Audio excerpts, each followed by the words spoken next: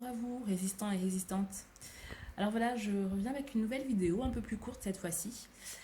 Elle fait suite à l'information que la LDNA a postée sur leur réseau, nous informant que Mwazulu Diabanza, pas le récidiviste, l'activiste, je voulais dire, congolais, est en prison en fait depuis jeudi. On est aujourd'hui dimanche, le 25 octobre. Alors, pour ceux qui ne sont pas au courant, c'est un activiste donc congolais qui, dans plusieurs musées de France et d'Europe, a mimé l'acte de rapatriement des biens africains, des biens personnels qui ont été volés aux Africains durant la colonisation. Donc, il y a eu un procès qui a eu lieu le 30 septembre. J'étais là, c'était à Paris, et j'ai enregistré la totalité du procès. Je voulais partager avec vous un moment assez fort en émotion en fait. C'est celui d'une femme,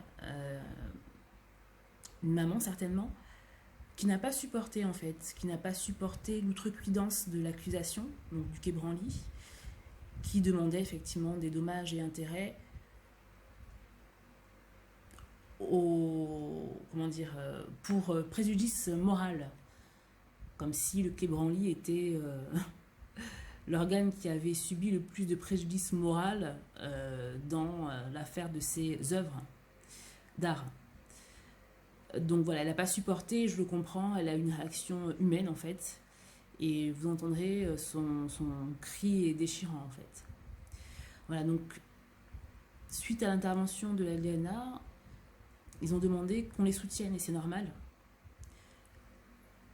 Pour moi, ce sont des Kamit warriors en fait, ils sont sur le terrain, puisqu'un vrai warrior c'est quelqu'un qui se bat face à face, hein, et non pas en haut d'avion ou avec des manettes téléguidées, c'est bien facile. C'est quelqu'un qui se bat face à face. Et eux, ils sont sur le terrain, en fait, face à leurs contradicteurs, ennemis. Et voilà, que ce soit eux, des écrivains, des journalistes, des artistes aussi, ils prennent parfois le risque, effectivement, de dire simplement la vérité. Voilà, une vérité qui, encore des siècles après, on essaye d'étouffer par des moyens détournés et autres. Donc voilà, je me suis permis de faire une cagnotte, en fait, sur Patreon, qui permettra de financer les besoins des activistes, entre autres, et des personnes effectivement qui agissent dans ce combat qui pour moi est un combat essentiel. C'est essentiel effectivement, d'une part que ces biens personnels africains soient retournés à leurs propriétaires, ou en tout cas retournés simplement sur leur terre d'origine. Et c'est également essentiel que voilà, on puisse se rassembler en communauté et au moins mettre en commun même si c'est 3 euros par mois, mettre en commun effectivement nos ressources pour pouvoir faire avancer les projets qui sont importants pour nous en fait.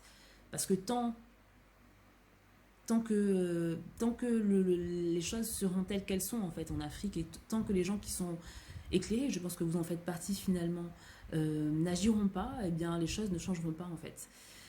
Donc voilà, je pense que bon, moi ça fait un petit bout de temps que j'essaie en fait que je me renseigne, que j'essaie de faire des choses, etc. C'est pas toujours évident, je le sais. Et voilà, bon voilà, là je me suis dit allez c'est bon, je fais ça au moins, on verra bien ce que ça donne quoi. Si vous êtes 500 personnes à regarder et que 500 personnes donnent 3 euros, bah écoutez, ça sera déjà un super avantage quoi. Voilà, de manière générale, la plateforme Patreon que je crée, je vais mettre mes vidéos dessus. Et je vais aussi essayer de financer toutes les actions qui seront afro-pertinentes. Voilà. Je vais éviter de trop les annoncer, de trop en parler, parce que je pense que c'est un combat qui va se gagner dans le silence et dans la discrétion. Mais toutes les personnes qui participeront seront tenues au courant, effectivement, de à quoi a servi l'argent en fait qu'elles ont donné régulièrement. Voilà, alors je sais que vous ne me connaissez pas, je suis, c'est la première ou deuxième fois que vous me voyez. Peut-être que vous n'avez aucune raison de me faire confiance, c'est vrai, mais je sais pas comment vous convaincre en fait. Moi je sais très bien, je me connais, c'est con à dire, mais oui je me connais et je sais que si vous, voilà, si vous apportez votre aide et que vous allez faire un tour sur le Patreon que j'ai créé, voilà, je me sentirais trop mal de mal utiliser cet argent, quoi. Le combat est tellement, comment dire, important et tellement vital, quoi, que je pourrais pas de toute façon utiliser ça autrement que ce pourquoi ça sera, je le dis que ça sera utilisé en fait. Voilà, je suis pas folle, je veux dire, j'ai pas envie de me faire zigouiller par mes ancêtres, hein, donc voilà. Donc voilà. Bon, bah écoutez, je vous remercie en tout cas pour le temps que vous me consacrez, voilà, pour d'avoir regardé la vidéo. Je vous demande de la partager avec le plus grand nombre de personnes, hein. Plus il y aura de personnes qui vont la regarder, bah, plus potentiellement, voilà, on partagera des informations intéressantes, et en plus on pourra également voilà, financer des projets de libération en fait des peuples, parce qu'il n'y a pas que les peuples africains, hein, entendons-nous bien, qui sont sous le joug de la colonisation, il n'y a pas que les peuples africains, mais bon voilà, c'est quand même un peuple qui le subit depuis un certain nombre de siècles, et il est temps que ça s'arrête, quoi. Voilà, donc j'espère que les actions menées par Mwazulu Diabanza vont permettre de réveiller un peu la conscience, si elle est encore là, de tout ce qui constitue la justice française et internationale, et que dans les décisions qu'ils vont rendre prochainement, ils seront en mesure de nous faire la preuve que ce sont des êtres humains en fait. Voilà, donc écoutez, je vous laisse écouter, donc c'est quelques 7 minutes en fait, c'est une petite minute 28, qui pour moi en fait personnifie la requête de l'Afrique concernant ses biens culturels face à la réponse de l'Europe. Je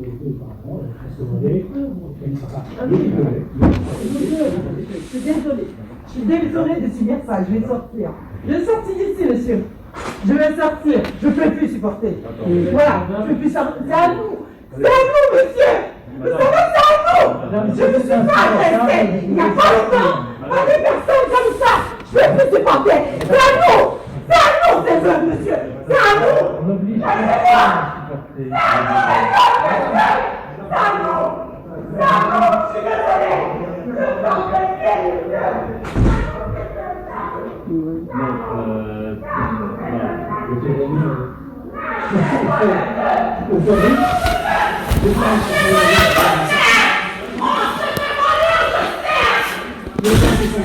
t'en prie, continuons parce que l'on va aller entendre nuire à eux, donc nous n'embarquons pas donc prise et se dirigeons vers la sortie. Les déclarations des intéressés en garde à vue confirment que c'est l'intervention de personnes de sécurité qui a empêché la sortie d'homme et la société en bas. Il y a un petit doute sur la préméditation par certains d'entre eux, que je posais la question, savoir si tous